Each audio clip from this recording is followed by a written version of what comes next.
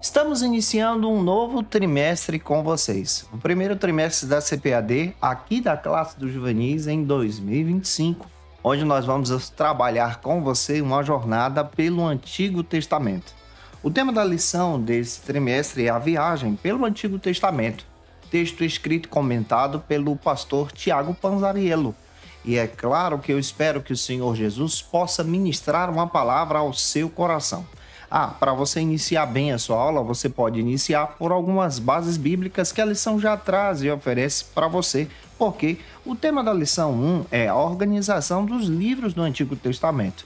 Você pode iniciar apresentando o versículo introdutório, que se localiza ali em 2 Timóteo, capítulo 3, versículos 16 e 17.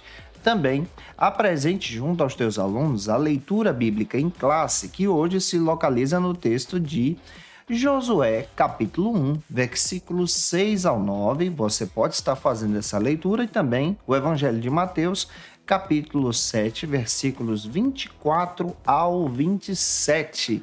Eu me chamo pastor Janderson Nascimento e estou o primeiro vice-presidente da Assembleia de Deus aqui em Vitória da Conquista, uma igreja pastoreada pelo pastor Davi Oliveira Boa Sorte. Você que está chegando por aqui, gente boa, aproveita, se inscreve nesse canal, passa a ser um dos nossos alunos. Você pode me acompanhar também pelo Spotify, envie essa aula para alguém.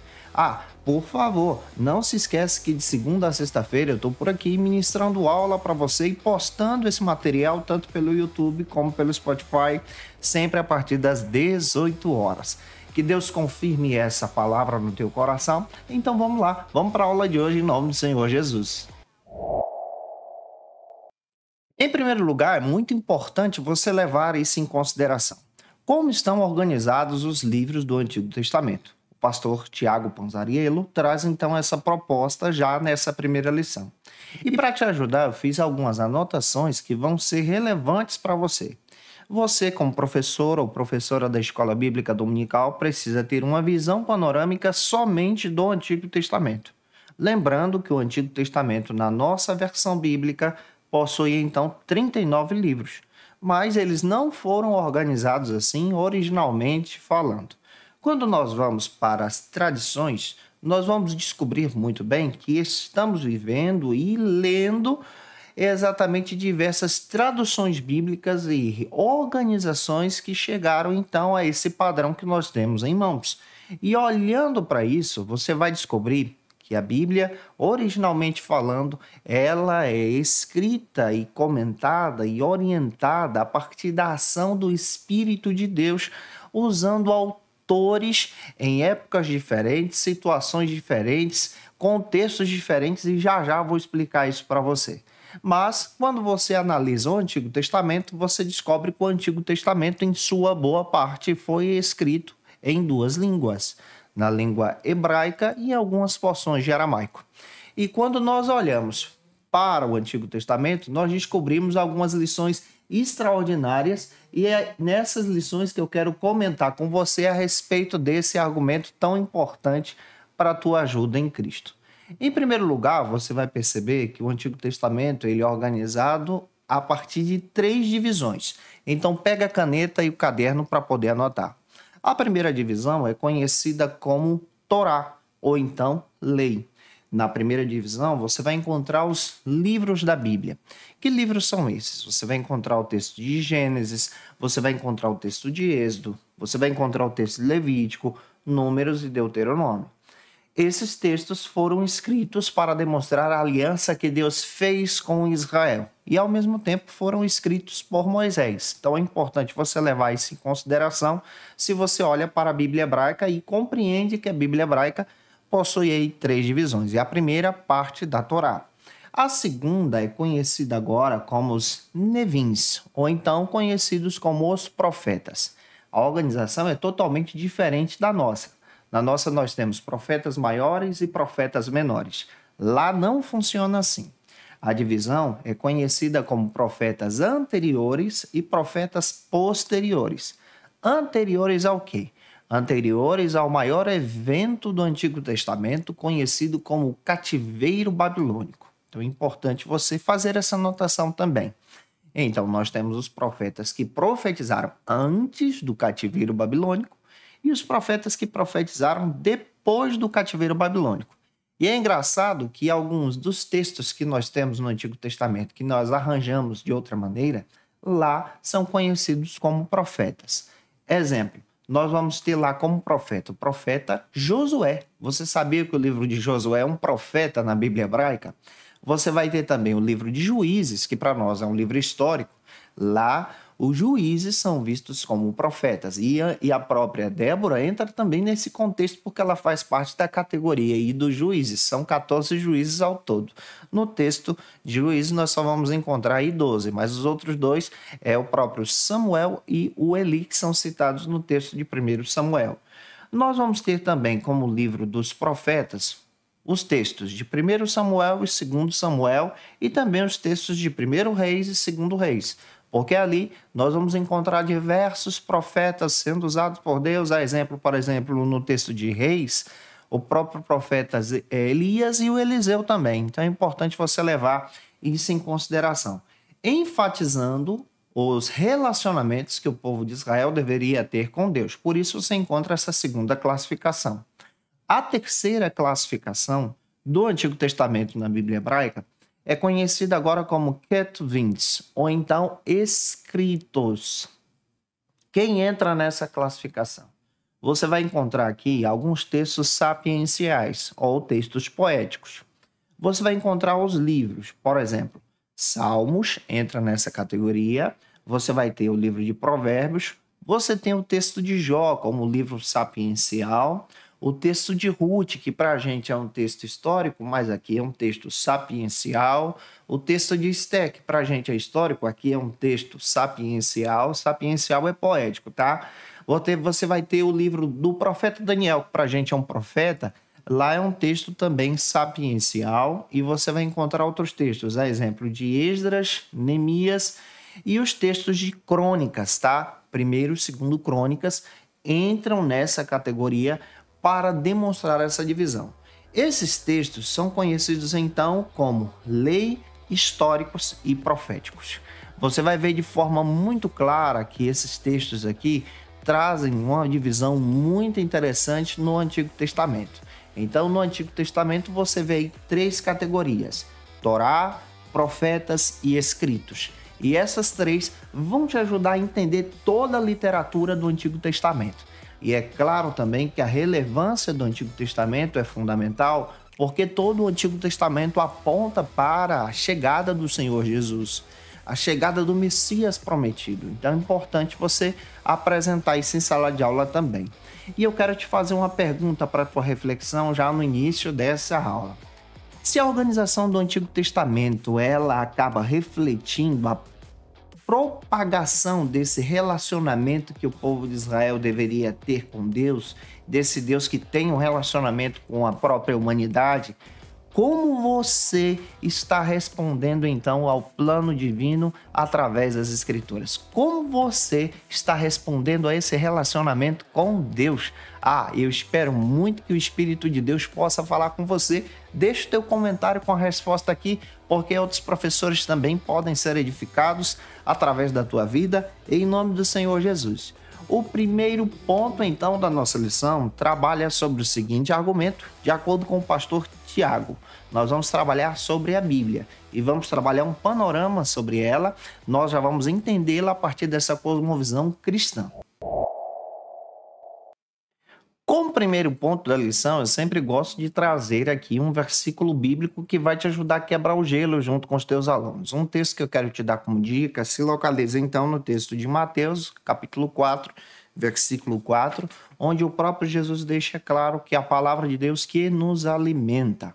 E o primeiro subtópico, então, vai trabalhar já diretamente sobre o tempo de escrita. Neste primeiro subtópico, eu vou traçar um panorama sobre toda a Bíblia, vou falar um pouco sobre o tempo de escrita, para que você em Cristo possa ser um instrumento na escola bíblica da sua igreja. No primeiro subtópico da lição, a nossa abordagem para entender a proposta do pastor Tiago Panzariello, que traz esse sentido, então, de descrever o tempo de escrita da Bíblia. Mas, em primeiro lugar, nós precisamos ter, então, um panorama sobre a Bíblia. A Bíblia Sagrada, como nós temos, ela foi escrita, como eu disse para você, especialmente o Antigo Testamento, em 2 idiomas. Nós temos o hebraico e porções do aramaico. Lá na Bíblia hebraica, você vai ter 3 divisões, como eu acabei de explorar com vocês. Você vai ter exatamente a divisão da Torá, que é conhecida aí como essa visão do próprio Pentateuco que nós temos. Você vai ter ali os profetas anteriores e posteriores, e você vai ter os escritos. Então é importante você levar isso em consideração. Só que com o passar dos anos, a Bíblia foi organizada diferente dessa versão. A partir do fenômeno Alexandre o Grande e a partir das traduções dos textos religiosos para a língua grega, de forma universal, isso aconteceu no período interbíblico, há um grande movimento agora de traduzir essa Bíblia em hebraico para a língua grega. E neste movimento acontece então exatamente a tradução dos 70, conhecida aí como Septuaginta, que é a tradução da Bíblia hebraica para a língua grega e passa a ser chamada assim. Nessa tradução, os textos passam a ser organizados a partir de uma pedagogia grega, que é totalmente diferente da pedagogia hebraica. A pedagogia grega, ela divide para poder entender melhor. É muito parecido com aquilo que a gente já compreende. Lá na Bíblia hebraica, nós vamos ter então 24 livros. Isso é muito interessante, porque alguns lá se unem e se tornam um só. A exemplo do texto de 1 Samuel e 2 Samuel. Lá é um livro só, o livro do profeta Samuel. 1 Reis e 2 Reis. Lá é um livro só, o livro de Reis. Lá não tem 1 e 2 Crônicas, é um livro só, um texto de Crônicas. Na versão grega, acontece então a divisão. Por isso que nós temos aí, ao invés de 24 livros no Antigo Testamento, nós vamos ter 39, porque se divide para entender melhor. E nessa reorganização, os livros passaram a ser arranjados assim. E também há uma divisão totalmente diferente daquela proposta da divisão que foi apresentada inicialmente no texto a partir do escrito hebraico. Então é importante você observar. Nós temos 39 livros no Antigo Testamento e esses 39 livros, de acordo com Timóteo Carriquet, podem ser divididos em 5 categorias. Anote as 5 categorias. A primeira categoria é conhecida, então, como Pentateuco. Olha só que interessante. Pentateuco. A palavra penta já fala sobre 5. 5 livros. E nós vamos ter os textos de Gênesis a Deuteronômio. Você pode pegar o índice da tua Bíblia e fazer isso com os teus alunos explicando em sala de aula. A segunda categoria, na versão grega que nós possuímos, então, que chegou até nós depois da tradução da Vulgata até chegar na nossa língua, é o conjunto dos livros históricos. Esses livros históricos são, então, 12 textos. Nós vamos ter, então, os livros de Josué. Você vai pegar lá desde Josué, que na Bíblia hebraica é um profeta, para nós agora é um texto histórico. Você pega desde Josué até o livro de Esté. Você vai ter um conjunto de toda a história de Israel. Foi dividido assim para explicar a organização da história de Israel. O terceiro conjunto é conhecido agora como os livros poéticos. Os poéticos se iniciam então em Jó, você vai marcar lá o texto de Jó e vai até Cantares de Salomão, passando aí por Salmos, Provérbios, Eclesiastes. Então você vai ter todo esse conjunto. Depois nós vamos ter então os profetas maiores e profetas menores. E isso é muito legal, porque agora, ao invés de ser profeta anterior e posterior, eles são trabalhados a partir da composição escrita, ou seja, por mais tempo de ministério, por mais produção de texto, isso tudo leva-se em consideração. Por isso eles são chamados de profetas maiores. Quem é que entra aqui? Você vai começar com o livro do profeta Isaías e vai até o livro do profeta Daniel, que Daniel na Bíblia hebraica é um texto escrito e para nós, na Bíblia cristã, é um profeta maior. Depois, os profetas menores se iniciam em Oséias e vão até o texto de Malaquias. Na hebraica, eles são conhecidos como os 12, mas para nós são os profetas menores. E isso é muito interessante porque traz uma composição muito legal. Sobre o tempo de escrita, o pastor Tiago Panzariello descreve muito bem, na sua própria abordagem da lição, e de acordo com alguns autores, o texto sagrado, todo o texto, tanto o Antigo como o Novo Testamento, eu vou focar mais no Antigo para você trabalhar especialmente o Antigo, possui cerca aí de 1.400 a 1.600 anos de produção. Esse texto foi escrito por 40 autores em épocas diferentes, situações diferentes e contextos diferentes. Estou juntando aqui o Antigo como o Novo Testamento. O tempo de escrita só do Antigo Testamento, de acordo com alguns autores, leva-se aí por mais de 1.000 anos de produção. Então você tem aqui 39 livros que foram guiados pelo Espírito Santo de Deus. Muitos deles foram escritos aí em argilas, papiros, pergaminhos. Alguns documentos podem ter perdido no decorrer da história por causa das guerras, das invasões. Inclusive, isso é importante você levar também em consideração. Mas esses textos agora passam a ser um testemunho do Espírito Santo de Deus para apontar a pessoa de Jesus. Então, pega tudo isso e deixa Deus te usar. E aí eu te faço outra pergunta. Você sabia sobre essa divisão do Antigo Testamento que nós possuímos? Se sabia, comenta aqui. Vamos então para o nosso segundo subtópico, que trabalha especialmente sobre o Antigo Testamento. Nesse Antigo Testamento eu vou focar mais ainda com você para que você possa ministrar uma aula de excelência na EBD da sua igreja. No segundo subtópico, nós focamos então, a partir da proposta do pastor Tiago Panzariello, o entendimento sobre o Antigo Testamento. Como eu disse para você, toda a Bíblia foi escrita por 40 autores, mas só o Antigo Testamento foi escrito por 30 autores. Em épocas diferentes, situações diferentes, profissões diferentes, contextos diferentes, tá? Linguagens também diferentes, é importante você observar isso aqui. E isso agora demonstra a ação protetora do Espírito Santo de Deus. Vamos comparar. Você vai pegar então a Bíblia hebraica. Se você não tem, eu vou te dar só as dicas. Ela possui aí 24 livros. E você vai pegar então a Bíblia cristã, que é a que nós possuímos. Ela possui então 39 livros. Por incrível que pareça, pela ação do Espírito, todo o texto que está aqui na Bíblia hebraica com seus 24 livros é o mesmo texto que está na Bíblia cristã com seus 39 livros. O que acontece é que na Bíblia cristã houve-se uma divisão para uma interpretação e entendimento do texto, tá? O entendimento da história que aconteceu com Israel. Quando nós vamos para a Bíblia hebraica, como eu disse para você, lá nós temos 3 classificações. Você vai ter a Torá, você vai ter os profetas e você vai ter os escritos. Essas 3 classificações são de fácil entendimento para o povo judeu. Já para nós trabalhamos em 5 classificações.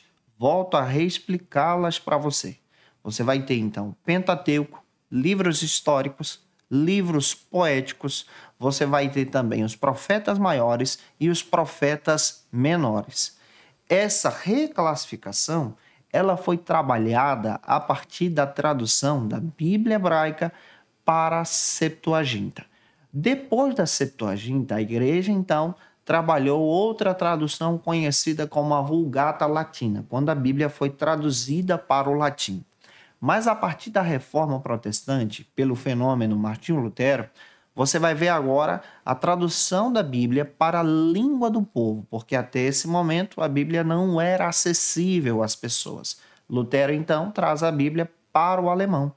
Hoje nós possuímos um texto sagrado a partir da influência de João Ferreira de Almeida, que traduziu a Bíblia para a língua portuguesa. É claro que hoje também nós temos diversas traduções de linguagens, por exemplo, tradicionais, para a interpretação do texto, para uma exegese do texto, que são linguagens extraordinárias, muito próximas aí do original. E nós temos as Bíblias de tradução de linguagem ou filosofia de linguagem dinâmica. Vou te dar alguns exemplos para você compreender, para você estudar a Bíblia e até mesmo poder trabalhar isso com os teus alunos. Se você quer uma Bíblia com a linguagem mais tradicional para compreender o texto, as Bíblias de, por exemplo, João Ferreira de Almeida Corrigida é um texto extraordinário, porque ela é muito próxima do original. A Bíblia Jerusalém é um texto excelente para quem gosta de estudar aí, especialmente as línguas originais. E outro texto que vai te ajudar é a Bíblia de Estudo Trinitariana. Elas são mais próximas aí do original. Mas se você quer uma Bíblia de filosofia de linguagem, mais dinâmica, para você compreender o texto, às vezes você não sabe o que significa côvado, não entende essa medida, não compreende o que é um baqueire, você então pode trabalhar uma filosofia de linguagem dinâmica, especialmente para adolescente, porque facilita a compreensão do texto. Vou te dar algumas dicas. A Bíblia de Estudo na Linguagem de Hoje. Ela não tem um sentido de ser uma Bíblia exegética, mas tem um sentido de trazer o sentido do texto para você, que é adolescente, vai te ajudar. Você também tem a Bíblia de Estudo, a Mensagem, vai te ajudar muito. Outra linguagem dinâmica que vai te ajudar é a Bíblia de Estudo João Ferreira de Almeida atualizada. Sensacional esse texto, pode trazer uma compreensão a partir da filosofia de linguagem. Inclusive a CPAD ela adota esse texto também. E eu quero te dar uma dica, que é uma que eu utilizo, que é a própria Bíblia de Estudo NVI, que vai te ajudar a entender melhor o texto. Tem outro texto que eu esqueci, que é a Trinitariana. Além da Trinitariana, da linguagem tradicional, é a Bíblia de Estudo King James. De repente você pode estar trabalhando com esse texto também. Vamos caminhar, mas eu quero te fazer uma pergunta. Qual dessas Bíblias aqui que você usa? Comenta aqui no texto para indicar para alguém também. Vamos então para o segundo ponto. No segundo ponto, nós vamos observar a ordem da Bíblia no Antigo Testamento. No segundo ponto, você pode ler um texto bíblico, Salmo 119, versículo 11, junto com os teus alunos. E o primeiro subtópico aborda sobre a Bíblia que não está em ordem cronológica. Vou te explicar isso aqui para você entender a proposta do pastor Tiago Panzariello. Às vezes a gente pode até perguntar por que a Bíblia ela não está organizada em ordem cronológica, por exemplo, na ordem dos fatos. Porque ela não foi produzida assim. Então é importante você levar em consideração. Quando você analisa a Bíblia Sagrada, você vai descobrir alguns fatos bem interessantes. Que a Bíblia ela possui alguns distanciamentos. Então anote isso aí, os distanciamentos bíblicos. Nós conhecemos 5 distanciamentos que você pode até citar junto com os teus alunos.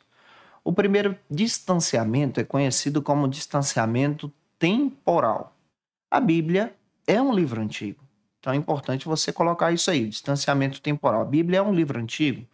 O primeiro livro da Bíblia possui aí mais de 4.000 anos de história. O último livro, que é Apocalipse, ele possui aí mais de 2.000 anos de história. Então a gente precisa respeitar a Bíblia a partir dos seus distanciamentos. Você sabia que de um versículo para outro, em algumas situações e algumas passagens bíblicas que você lê tão rapidamente, ali existem anos de história? Às vezes você vai encontrar um versículo que de um pulo para o outro tem aí 50 anos de história, 10 dias, 30 dias, tem um período histórico ali. O outro distanciamento que você vai encontrar também é o distanciamento, além desse temporal, o distanciamento contextual. O contexto da Bíblia não é o mesmo contexto de hoje. Então você vai encontrar, por exemplo, situações de contextos que fazem sentido para aquele período. E esse contexto também traz outra situação, a linguagem do observador. Por exemplo, Josué faz uma oração para o sol e a lua parar. Mas nós sabemos pela questão científica que é a Terra que se move. E é importante você também levar isso em consideração, porque a Terra se move ao redor do Sol. Mas na linguagem do observador, Josué entendia que Deus tinha o poder de fazer parar e Deus fez. Então é importante você também observar isso.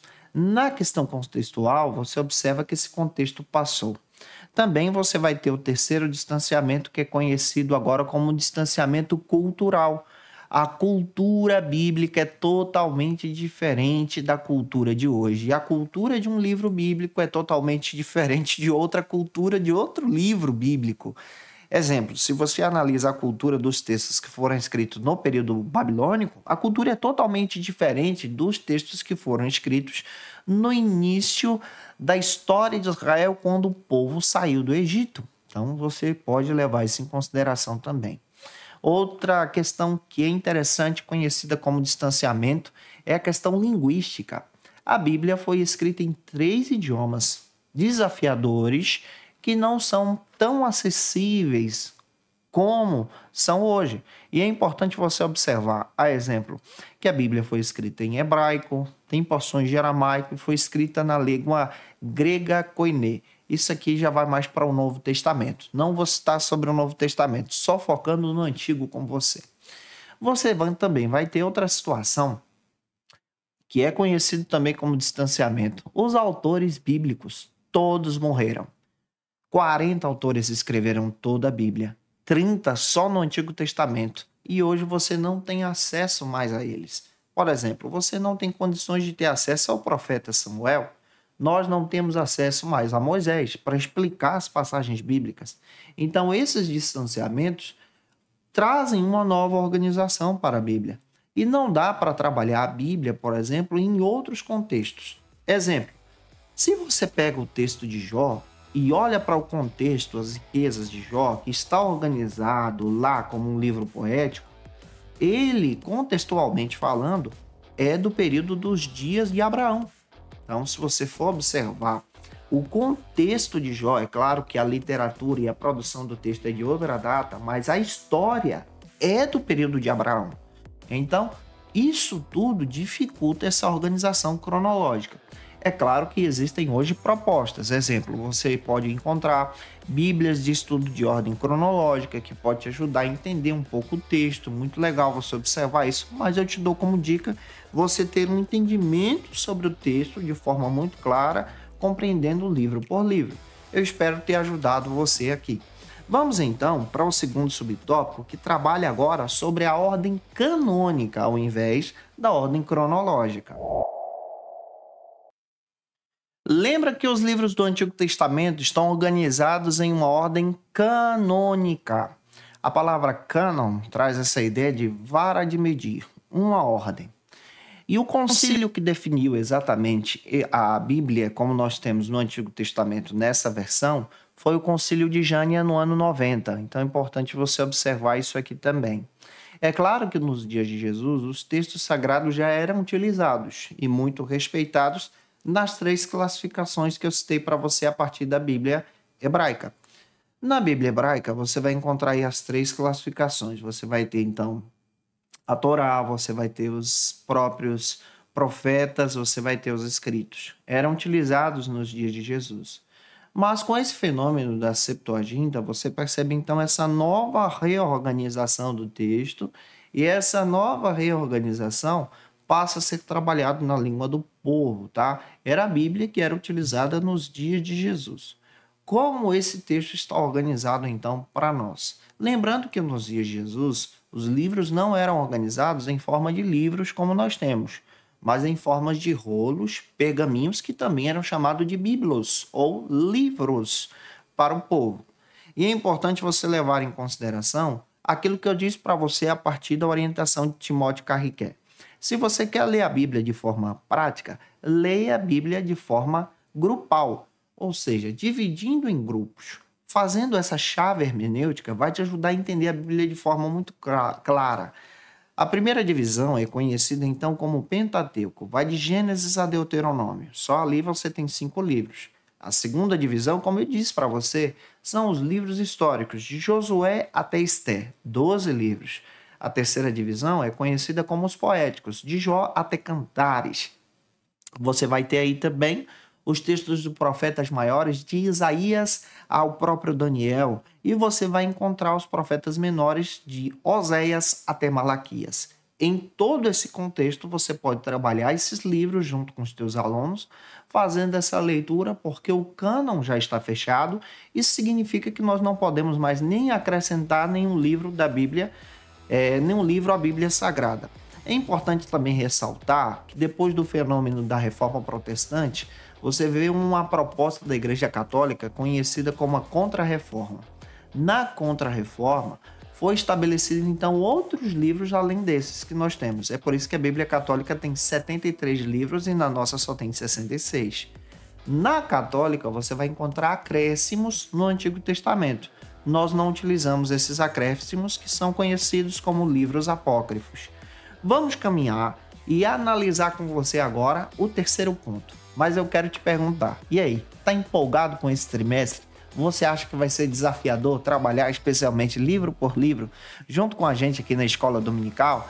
Deixe teu comentário aí ou like, ou envie essa aula para alguém. O terceiro ponto da lição trabalha então sobre uma visão panorâmica.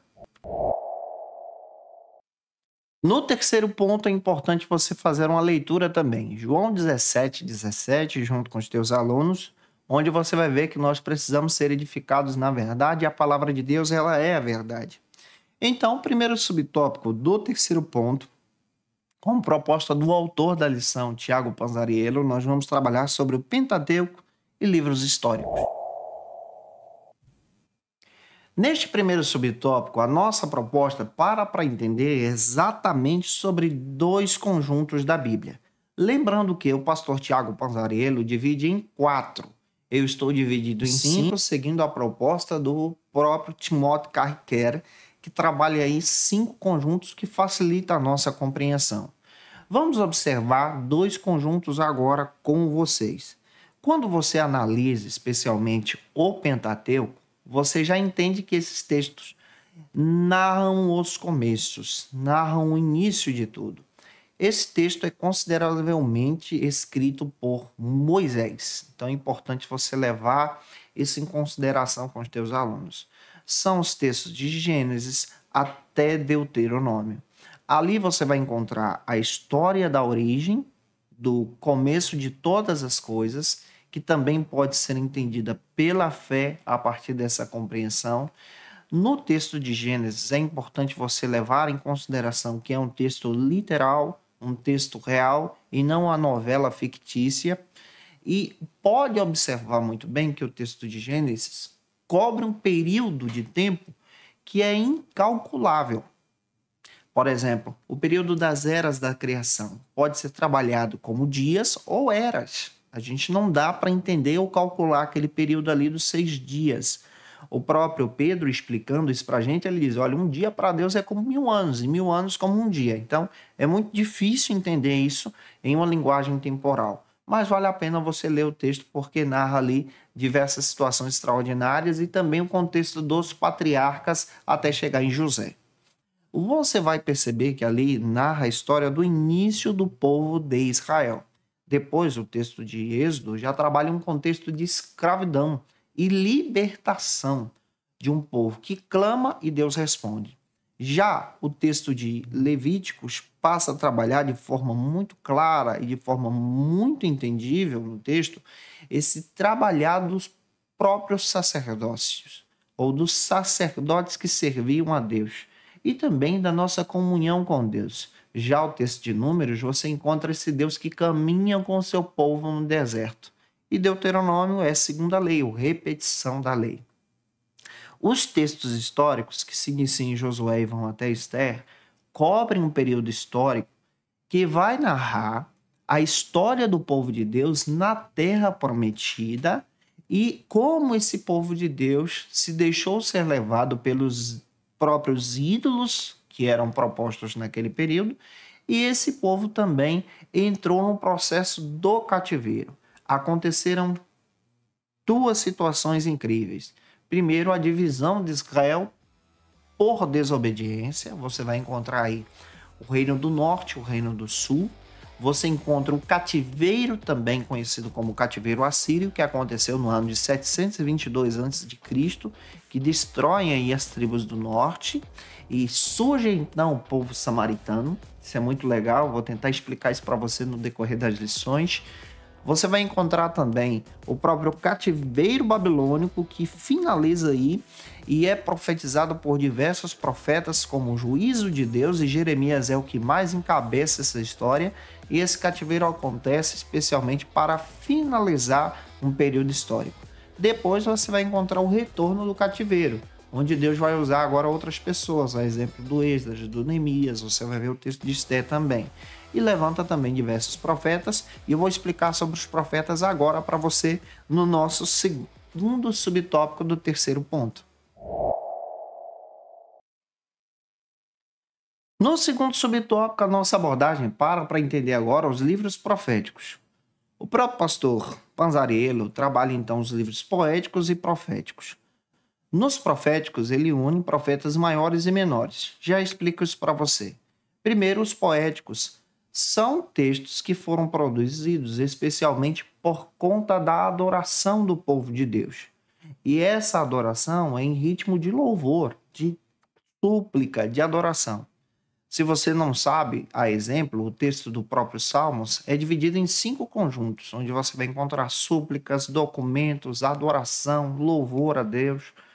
O texto de Jó, que está em uma literatura poética, você sabia que aquilo ali é uma literatura poética fúnebre? É um cântico fúnebre de adoração a Deus também, e foi trabalhado nesse contexto. Você encontra também outras literaturas bem interessantes, como literaturas românticas de louvor, e ao mesmo tempo você vai encontrar a literatura de Eclesiastes, que fala sobre a decepção das coisas dessa vida. Agora, os textos proféticos, é importante você levar em consideração que vai ter autores que vai juntar os livros do Antigo e do Novo, dos profetas maiores e os profetas menores em uma coisa só. Mas nós vamos trabalhar dividindo, tá? Porque eu acho que fica muito mais fácil para você entender. Os profetas maiores são aqueles profetas que profetizam acerca do cativeiro ou propriamente sobre o cativeiro. Você vai ter o livro do profeta Isaías, você vai ter o livro do profeta Jeremias, você vai ter o Ezequiel, você vai ter o próprio texto de Lamentações que entra aqui e o texto de Daniel. Já os menores são conhecidos como aqueles profetas que profetizaram antes do cativeiro ou depois do cativeiro. E por isso que eles podem entrar nesse contexto aqui de entendimento sobre a própria questão canônica. Esses profetas trazem, então, uma relevância muito grande para a Bíblia, porque eles acabam alimentando exatamente todo esse contexto histórico de Israel. Eu espero muito que durante esse trimestre a gente possa entender que esses profetas apontaram para a chegada de Jesus como Salvador. Então, o objetivo do Antigo Testamento é apontar um relacionamento com Deus. E esse é o teu foco em sala de aula. Por isso, levante essa questão. Será que nós estamos caminhando em relacionamento com Deus? Será que nós já lemos algum livro do Antigo Testamento? Buscamos a presença de Deus? Que Deus te abençoe. Eu oro ao Senhor para que o Senhor te use na palavra na Escola Bíblica Dominical. Você pode me ajudar. É só se inscrever no canal ou enviar essa aula para alguém. Me acompanhar também pelo Instagram, escaneando aí esse QR Code. Que Deus te abençoe em nome de Jesus. Agora eu quero te dar algumas dicas de leitura para você melhorar durante esse trimestre nas tuas ministrações. Para aprofundar os seus conhecimentos, confira as dicas de leitura da aula de hoje. Como dica de leitura, eu quero apresentar para vocês algumas propostas que vão te ajudar, você que é professor de juvenis. Revista Ensinador Cristão pode te ajudar muito durante esse trimestre aí com alguns insights para essa classe. Você pode adquirir esse material na editora CPAD. A revista Obreiro Aprovado pode te ajudar muito a ter alguns insights e melhorar aí a tua argumentação teológica junto com os teus alunos. Um texto da CPAD escrito pelo pastor Douglas Batista, um grande amigo, foi texto que trabalhou exatamente essa visão sobre toda a Bíblia Sagrada, a supremacia das Escrituras. Você encontra esse material no site da editora CPAD. Tem um texto que também eu quero indicar, O Surgimento da Bíblia. Esse texto é da editora Sinodal, um material muito interessante que traz uma aplicação muito relevante para a gente crescer, avançar e aprender um pouco mais da palavra em nome do Senhor Jesus. É claro que eu te espero por aqui na próxima lição, lição 2, onde nós vamos trabalhar sobre a origem dos hebreus. Um beijo no teu coração, até a próxima aula, se Deus quiser. E você que é professor ou aluno da Escola Bíblica Dominical, quer se preparar para ministrar uma aula de excelência na EBD da sua igreja? Inscreva-se no canal do YouTube do pastor Janderson Nascimento, onde você vai encontrar aulas, subsídios e recursos das lições bíblicas da Escola Dominical. Acesse já as plataformas digitais para ampliar os teus conhecimentos sobre a Palavra de Deus. YouTube, Janderson Nascimento. Instagram, @Janderson Nascimento. @FacilitaEBD. facilitaebd.com.br. Quer se preparar ministerialmente? Faça Teologia na FATECBA. Básico e bacharelado em Teologia. Cursos reconhecidos pela CEADEB e CGADB. Aulas presenciais com professores qualificados. Todas as segundas-feiras às 19 horas. Venha nos conhecer. Nosso endereço é na Assembleia de Deus. ADVIC, Avenida Serrinha, Bairro Brasil, Vitória da Conquista. Matrículas abertas. WhatsApp 77 98841 5838.